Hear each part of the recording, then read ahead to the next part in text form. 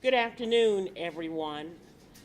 Welcome to the 2015 Aldermanic Mayoral Candidate Forums, hosted by the National Association for the Advancement of Colored People, Chicago Southside Branch, COW, Communities Organized to Win, EDVK, Educational Village Keepers, the African American Development Plan, and Blacks in Green. My name is Rose Joshua. I am the Political Action Chair for the branch, and I am also the president. Today we're going to start our candidate forum, and today we are actually doing candidate forums across the south side of Chicago. Today we are beginning with the 3rd Ward. We have 2 candidates. Now, at this time, I would like to introduce our moderator for today, Deborah Crable.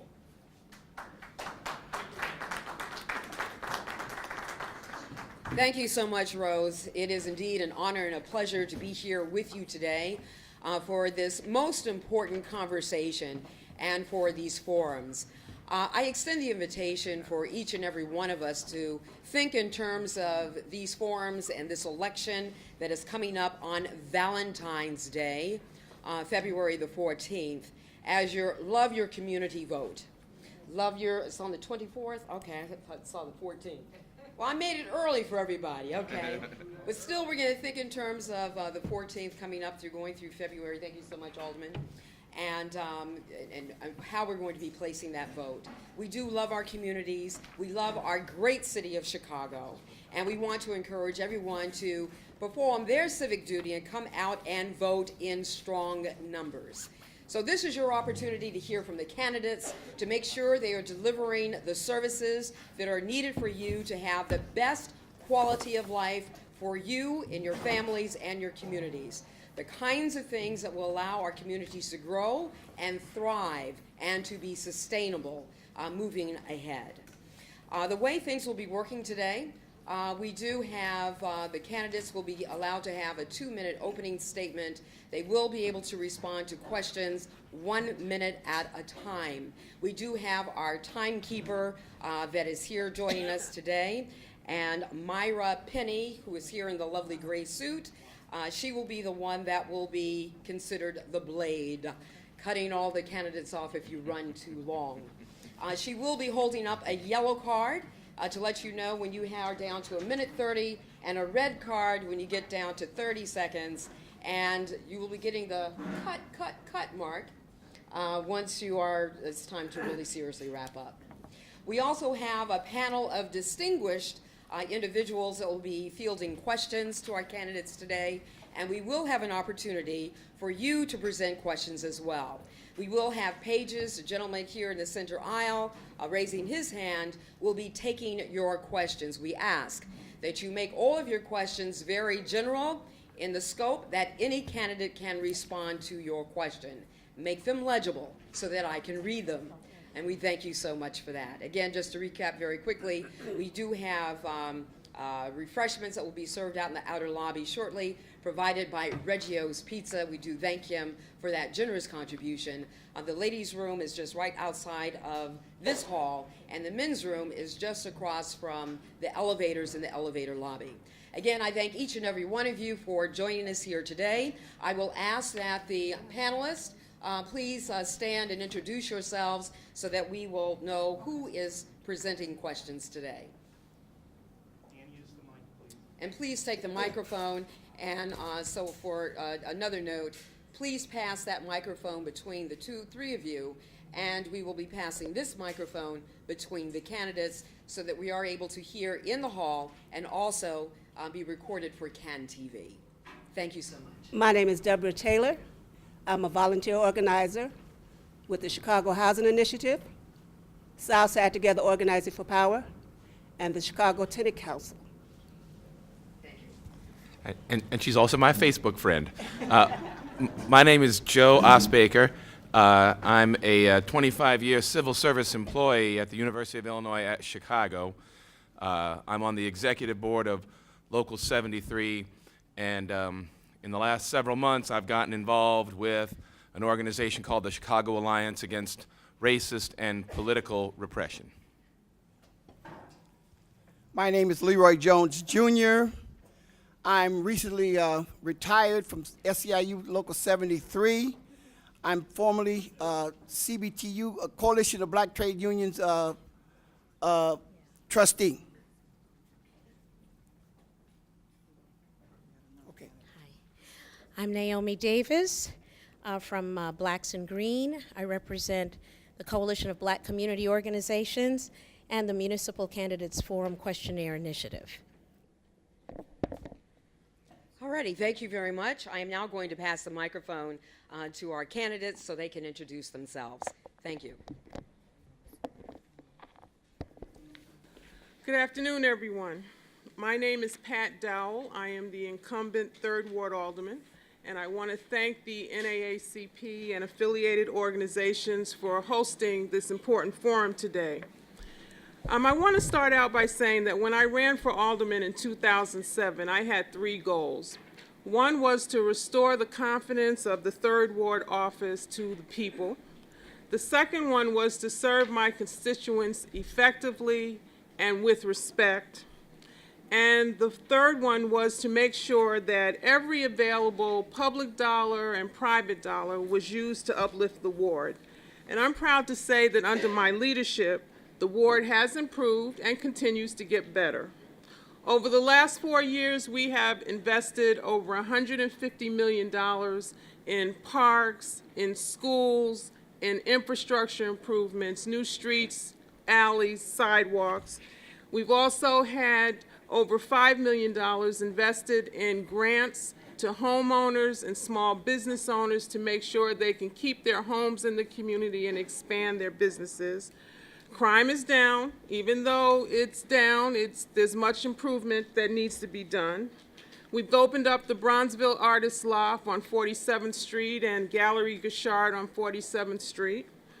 We have started construction, or will start construction in the spring, on another grocery store and on a recreational center for young people. We've secured over $109 million for the restoration of the historic Rosenwald building on 46th and Michigan. We've advocated strongly for African American contractors to be part of any development project in the ward, and we ensure that residents are hired on any development project in the ward. I've stood up for my community on many different issues, on the school closings and on when CPS wanted to cut funding to our schools. I've voted against the speed cameras and other initiatives like the Building Energy Use Benchmarking Ordinance. And I'm in the trenches every day right now to advocate for the Obama Presidential Library in our city and in the 3rd Ward. I look forward to the discussion today. Thank you.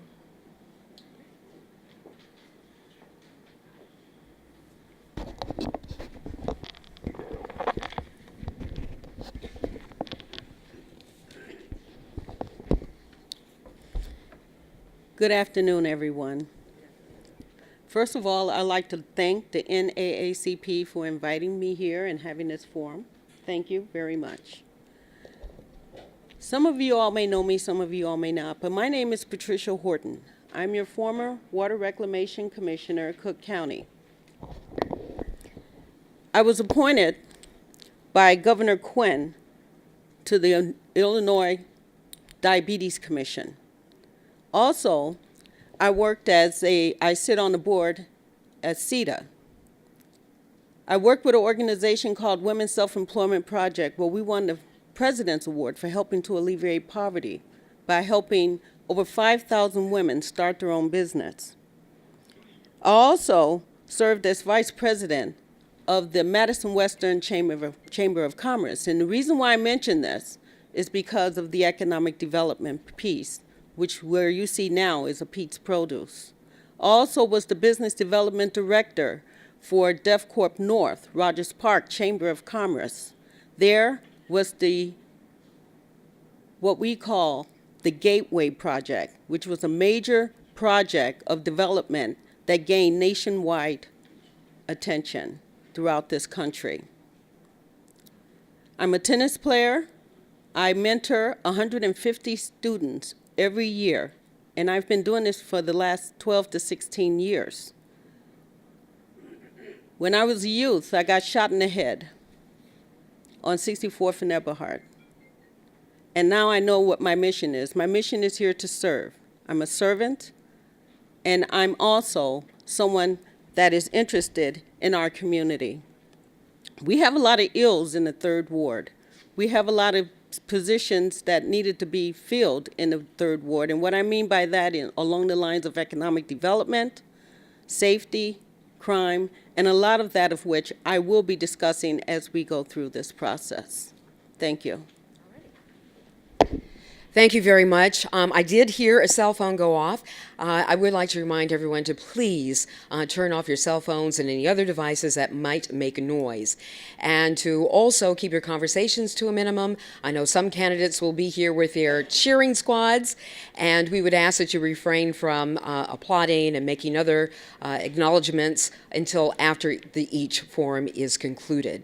I will now redirect to our panelists. Naomi, why don't we start with you with your question. And each candidate will have an opportunity to respond to the questions that are presented by our panelists. Thank you. Oh, you're going to start on this end? Okay. Mr. Jones? Mm-hmm. I'd like to. Is this on? Can you hear me? Okay. Our questions are centered around 5 different topics. So we won't be asking all of them because we don't have the time, but we will be asking some in-depth questions. So get ready. Okay? Hi, I'm Leroy Jones Jr.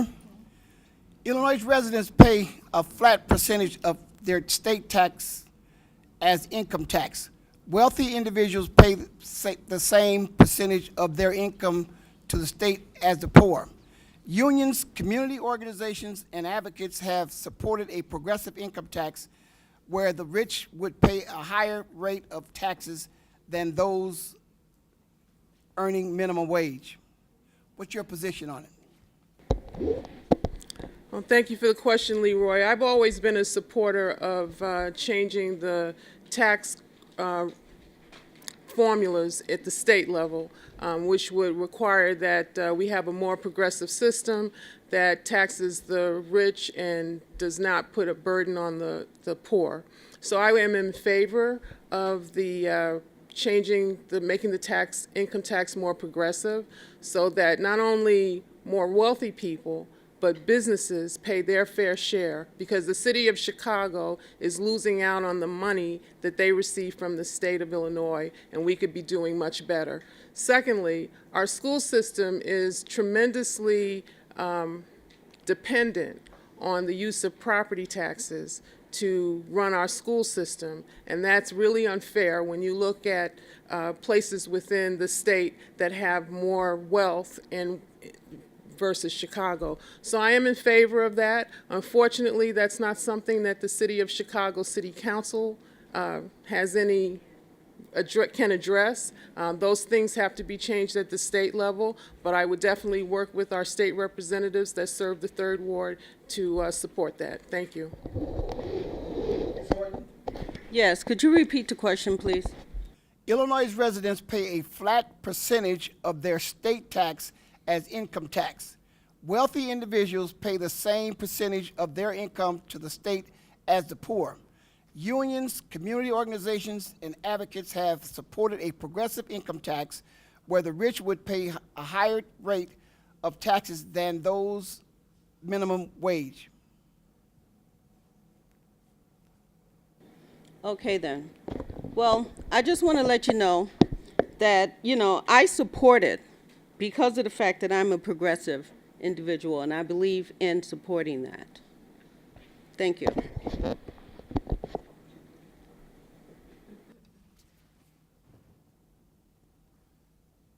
about this. So, oh, sorry, hadn't even looked at it. So again, my name is Joe Osbaker, and my question has to do with an elected civilian police accountability council. So there's a growing demand for civilian control of the police. I mean, I don't need to list all of the young African Americans who've died in the last 6 months in this crowd. Everyone's names are going to be quite familiar to you all. But there is draft legislation calling for an elected civilian police accountability council that has the support of 50+ families of victims of police crimes, growing number of churches. Ms. Joshua from the Southside chapter of the NAACP supports it. A number of unions are already getting on board, including the Coalition of Black Trade Unionists just endorsed it. The youth organizations that have been marching around this city over the last 6 months, Black Youth Project 100 and We Charge Genocide, they support it. So I'm here to ask if the candidates would support such legislation by the Chicago City Council. Thank you. Well, first of all, I would like to say that it's good and it's very important that we all pay our fair share of taxes, everyone from the top up, well, should I say from the top down, you know. But I think that it's on your platform, police accountability. Regarding that, I support.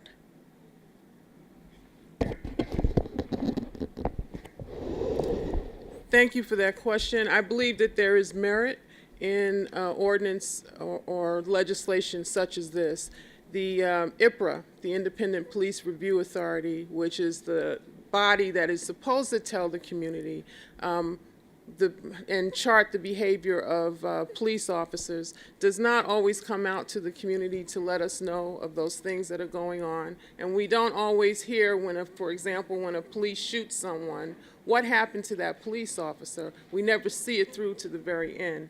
So I do think that there is some merit in this legislation, and I can't say that I would commit to it today. In theory and in concept, I agree, but I definitely would like to see the language of the ordinance specifically before I would cast a vote in favor of it.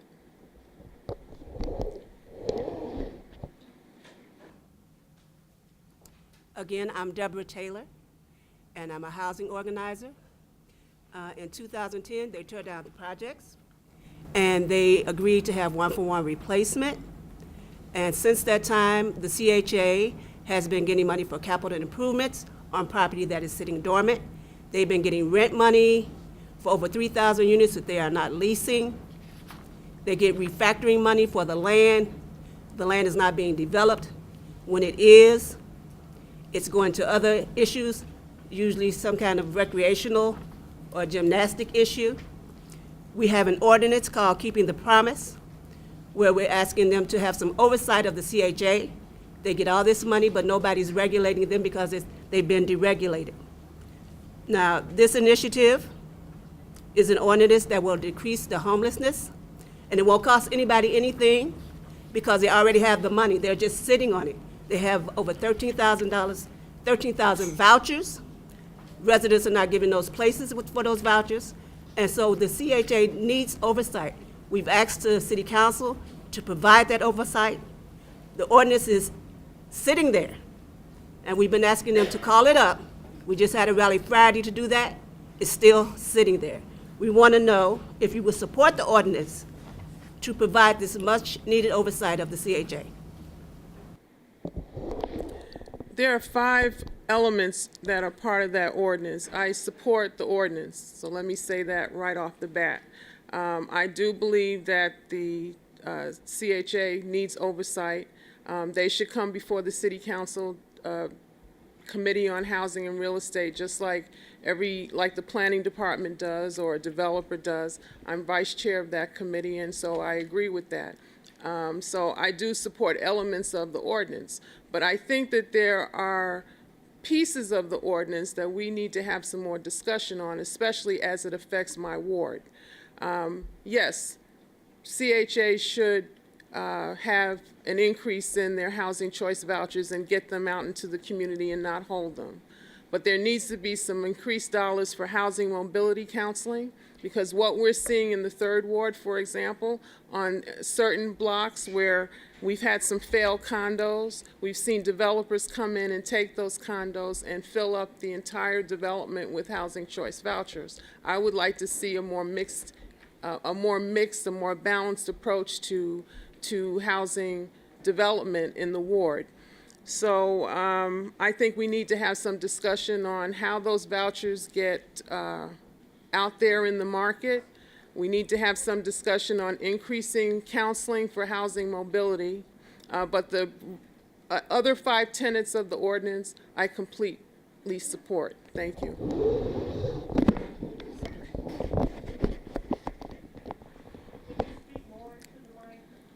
Okay, is this better? Okay then. Well, when we talk about keeping the promise, you know, that raises a big flag with me, because there were promises that were made when the projects were torn down for people to come back to the third ward, and the promises were not kept. Alderman Dow failed with her leadership when it comes in terms of housing. These people are not back. There was scheduled for units to be built that have not been built. And so because of her failed leadership, we have significant problems here. And that's what I have to say about that. And yes, I would look into the ordinance and so forth. But there's one thing we have to understand. These promises that were made years ago, need to be kept.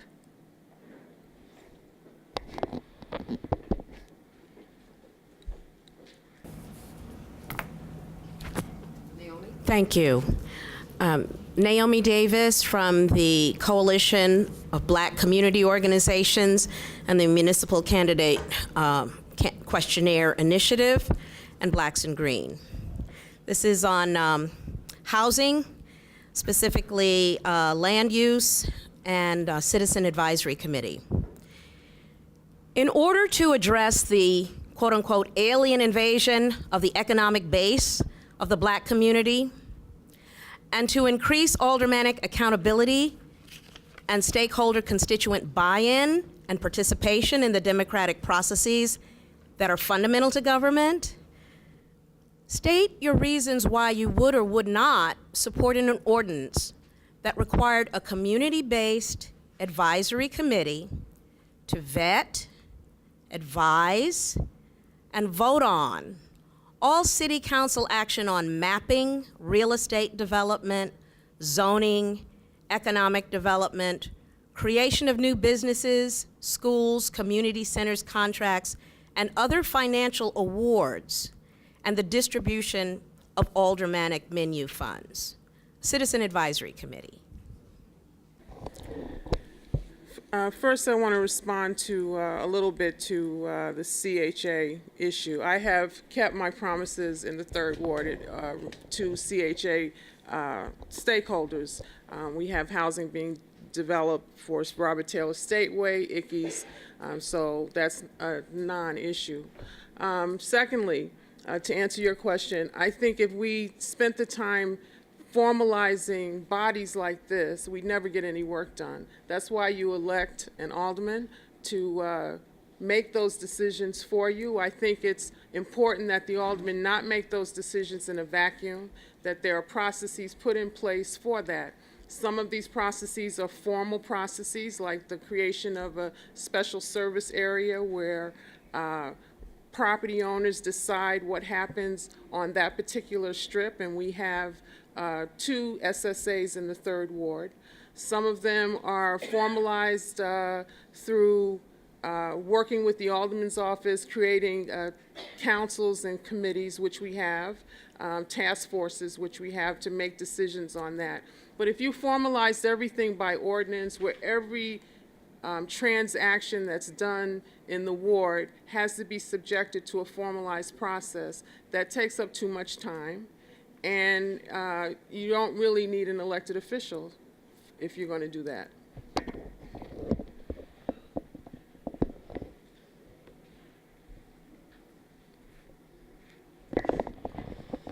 In response to that, I like to question about the SX tennis facility on CHA's land.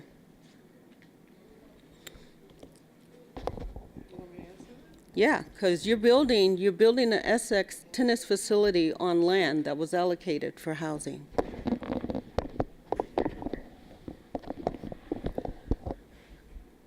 The residents of my ward do not believe that all of State Street should be earmarked for housing. We have other needs in our community. We did put the excess tennis facility in place, but the housing that was designated to go in there will be built and is being built in the internal parts of the community east of State Street. Some of that housing is currently being constructed now, and other identified lots are being worked on and identified with the Department of Planning and Development.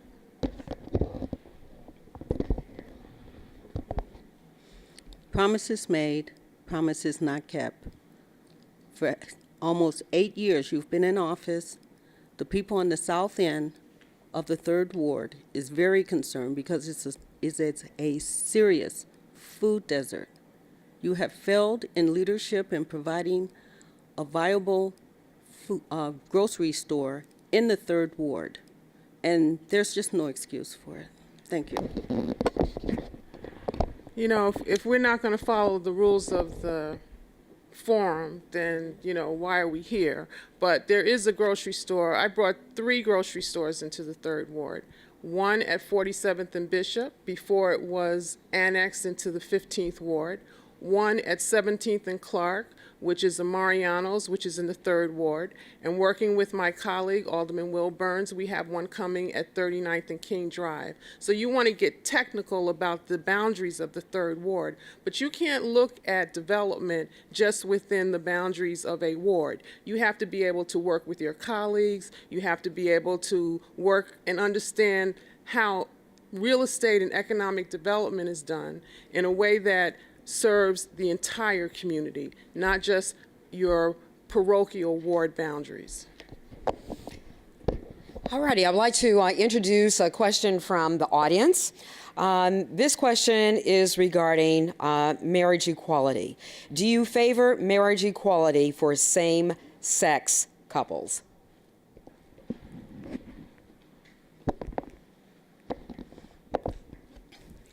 Well, given my past as a Christian woman, God-fearing, I feel that whatever issues that we have with someone's personal issues are dealt with the Lord. And that's my stand on it.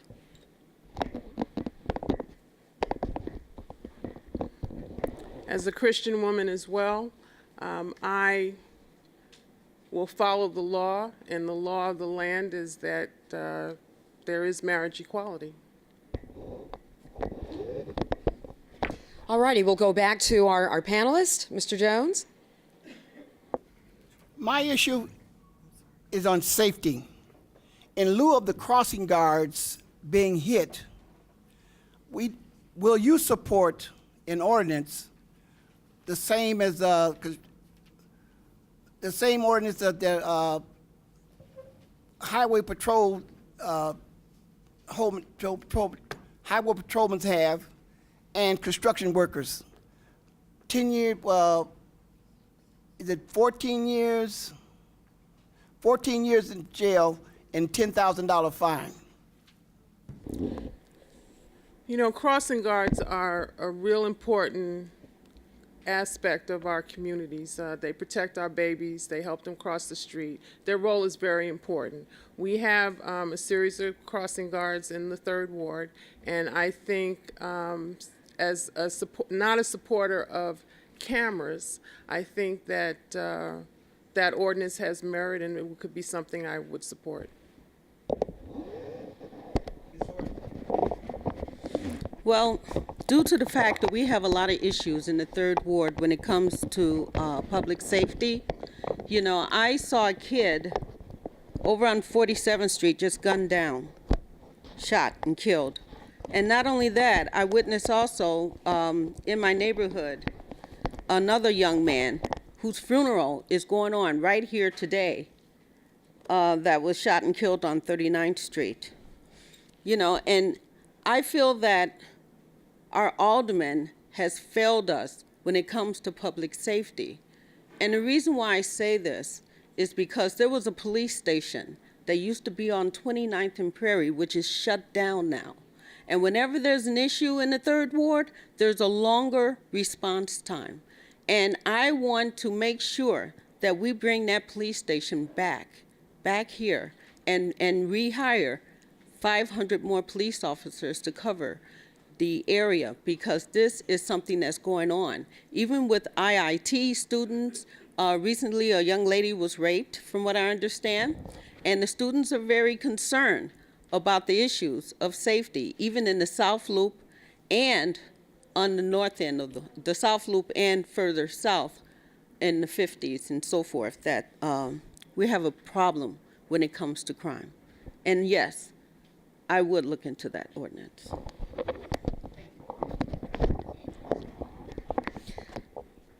So you can proceed with your question if you would like to respond to that one verse. Let's allow him to get his question in, and then we'll lead off with that. Thank you so much. Go ahead. All right, and we have time, correct? Timer? We have time? Okay. All right. Well, I actually want to ask a follow-up question of the alderman. You talked about the independent review panel. Are you aware that the independent review panel has not returned an indictment or supported an indictment of any police officer involved in the murder of a citizen in the last 5 years?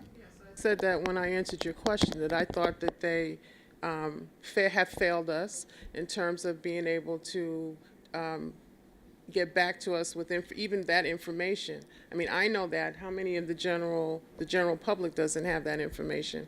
And so I think your ordinance has some merit.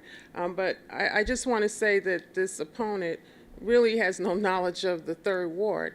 The 21st District is not even in the 3rd Ward. So if you want to open up that station and the alderman has failed you, you need to talk to the alderman who's responsible for that area. In terms of the young man that was killed on, we have these incidents all over the city, but in terms of the young man that was killed on 47th Street, I'm glad to see that my community got involved in that and actually helped the commander of the 2nd District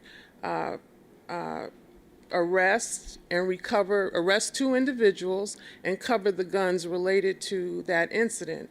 So I've worked very hard with my commanders and my community to make sure that we have a way of working with the police department in order to address crime issues. And the fact still remains that crime is down significantly in the 3rd Ward. The crime question is one that also came from the audience. I would like us to mine down a little bit more on that, because I know a lot of people are very fearful when we have crime, and it appears to be on the increase, even over in my ward, over in the 4th Ward. Alderman, you're talking about possibly neighborhood watch programs that are working, that you're working with the police department. Are there new things that we might be able to consider, even as citizens? Are there more things that citizens can do to play an active role in reducing crime? You know, I always say that citizens have to, we don't need armchair quarterbacks. We need to have people get involved in what's going on in the community. So, yes, you can go to CAPS meetings, and it's important to always attend those meetings.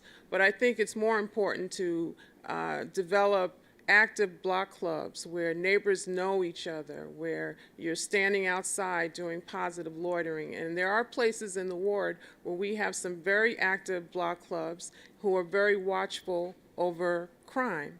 I think the other thing is to make sure that the police are integrated into the community.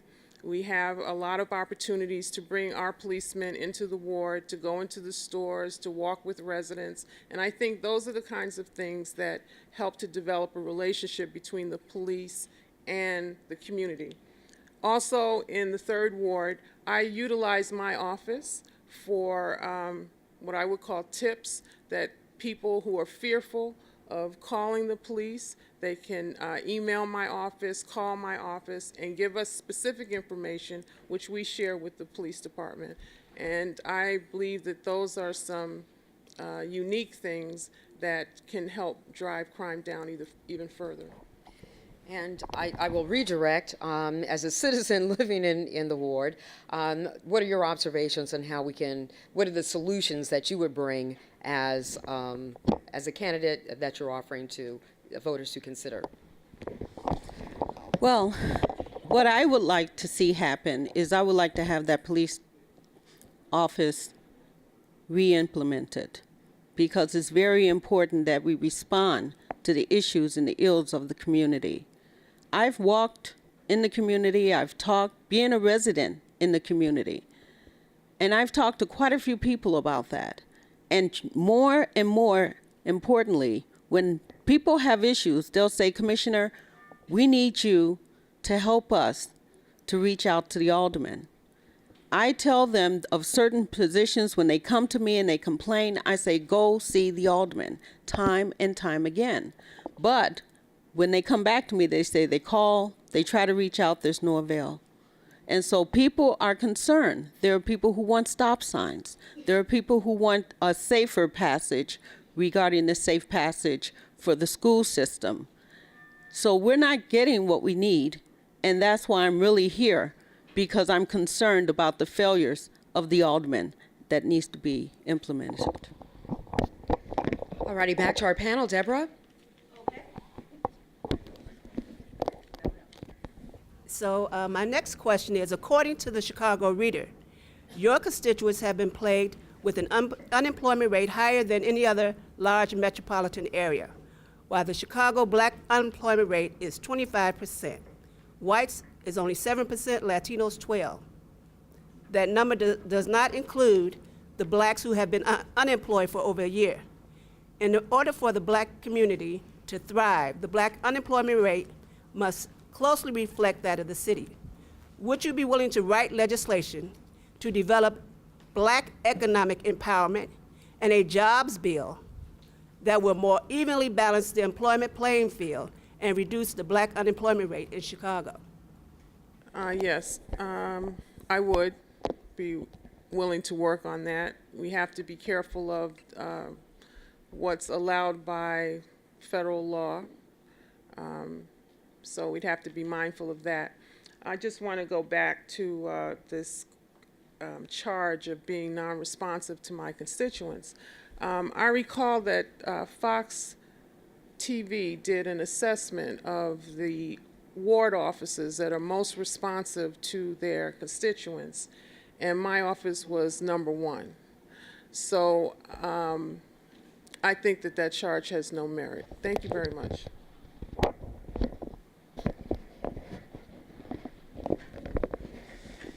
Regarding black economic empowerment, well, as I stated earlier when I first sat down, I gave just a little bit of synopsis of things that I've done.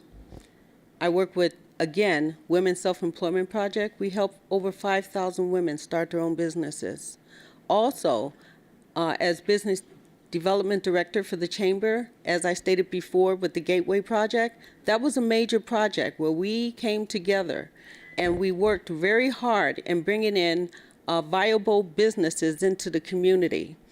I feel that what we need to do is that we have to have a master plan to put together to bring all the people and everyone to the table so that we can do what we need as far as empowering people and getting jobs. Economic development is one of my major projects that I'm very well known to do, and I would like to do that in the 3rd Ward. So that's something I want to bring here to the 3rd Ward. I want to bring economic empowerment. I want to host annual business fairs, introducing people to the 3rd Ward and bringing opportunities and businesses for employment into the 3rd Ward. I believe that we're coming up rapidly on the close of this forum, so I would like to have time for possibly one last question from Naomi, and I do have one question from the audience I'll offer as well, and then our candidates can offer their closing remarks. Naomi? Thank you. Thank you.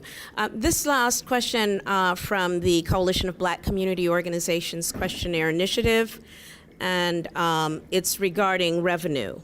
And we're all, pretty much mystified right now about the so-called broken condition of our budgets and our pension funds. We see extreme expenditures on some sides of town and none on others, and seems like now would be a perfect time to get a status check, deeply rooted status check. So our question is this: would you state your reasons why you would or would not support a series of independent audits of all the city's public agencies and revenue streams, including but not limited to fees, fines, and other collections, as well as distributions or disbursements, a review of the financial institutions that have managed the city's TIF, pension, Chicago Housing Authority funds, Public Building Commission, Chicago Public Schools, how each school is spending its Title I funds and how each school is meeting the needs of the student populations that it serves,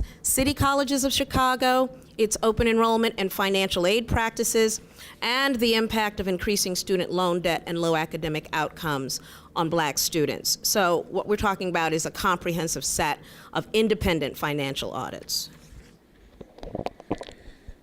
Naomi, that is a mouthful. All of that sounds good and probably should be done. There's definitely, I can speak for the city government because that's what the city council is responsible for. We do, or I do believe that there is still some fat in the city budget that we can find to reduce. In some departments, like streets and sanitation and police and fire, where we spend most of our money, we're down to bone. But just to clarify, fat and fraud.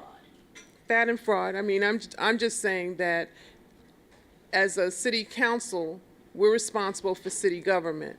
Now, in order to do the audits on all of those, the Park District, the CHA, the CPS, it requires bringing control of those agencies from up under the mayor into the city council. So we have some direct authority over those agencies, which we do not. We do not have control over CPS. We do not have control over the Park District, CTA, CHA, any of those departments. So while all those things should be done and something that I would support, the reality is the city council cannot mandate that. And I'll leave it at that. Thank you. I would support an independent audit on all of those that City Council can and have jurisdiction over. But more importantly, I would support a TIF, of looking and reevaluating the TIF, because it's very important that we understand with the TIF funding, our alderman failed when it comes to the TIF. There was $55 million that was allocated to a private organization. And she failed us on that because that money was supposed to go to a blighted community, and it didn't happen. It should have been on the South End. The South Loop, I praised the South Loop and thank Bob Fioretti for the South Loop because of his implementation and building businesses and so forth. The South Loop is flourishing. But I would like to have a review and work with legislation to look at that TIF funding and see if we can use that TIF money that can be used just along with the blighted communities, but also to look at it to see if it can reduce some of the city's obligations when it comes to education and pensions.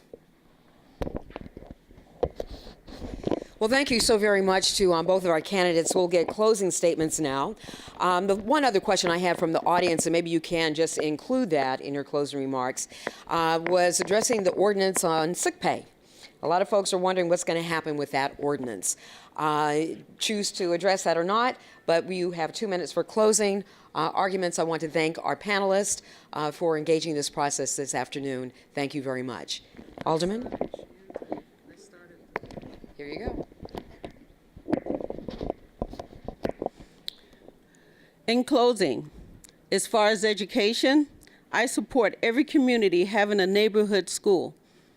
I would like to see an elected school board because of the 50 school closings. Our kids can no longer cross boundaries and risk their lives trying to get an education. It's either your life or education, and our alderman has failed us on that. As far as public safety, I will try and work hard to protect our seniors. I will advocate for restoring the CTA number 1 bus because it's deeply needed, going all the way to 55th Street. I will advocate for the reopening of the police department, as I have stated before. I would advocate for an increase in police presence in the community in the 3rd Ward, not just on the major corridors, but in the communities, walking the streets, communicating with the people. I will advocate for an independent police authority to hold meetings throughout the neighborhood so that we can build unity between the people and the police and build that unity again, which has been lost. As far as economic development, I want to see at least 2 new businesses coming up in the 3rd Ward on each major corridor, 35th, 39th, and so forth, all the way to 55th. And also, I will reopen those small businesses I want to implement, but at the same time, with my experience and my expertise, I want you to look at me and say, I'm voting for Patricia Horton. I need your support because our alderman has failed us, so it's time for a new day. What she's talking about, what she did in 8 years is nothing compared to what her alderman, the alderman in the 4th Ward, did more in the 4th Ward than what the 3rd Ward what she has done in 8 years. So it's time for a change. Thank you. Thank you. First, I want to thank the NAACP for this opportunity to speak to my constituents who are watching this today. And on February 24th, I'm asking the residents of the 3rd Ward to elect the best candidate running in this election cycle, Alderman Pat Dowell, punch number 51, first name on the ballot. We can't afford to be tricked by someone who just moved into this community to run, who knows nothing about the community, has no idea what I've accomplished in 8 years because she hasn't been here. I've worked hard every day to position the ward so that people can live and raise a family. I'm a social worker by training and a public servant in this role. The 3rd Ward has improved, and I'm running for re-election to build on the foundation that I've already laid, working with you since I was elected in 2007. We've accomplished much, and while we have accomplished much, more needs to be done. My focus in the next term would be economic development, public safety, and education, all things that I have delivered on in my current role. I ask the voters of the 3rd Ward to compare my track record to no track record and make the only smart choice that there is in this election and vote for Pat Dowell, Alderman of the 3rd Ward. Thank you.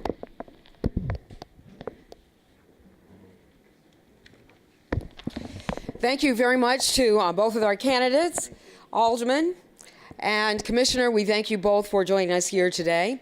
And this concludes our first panel for this afternoon.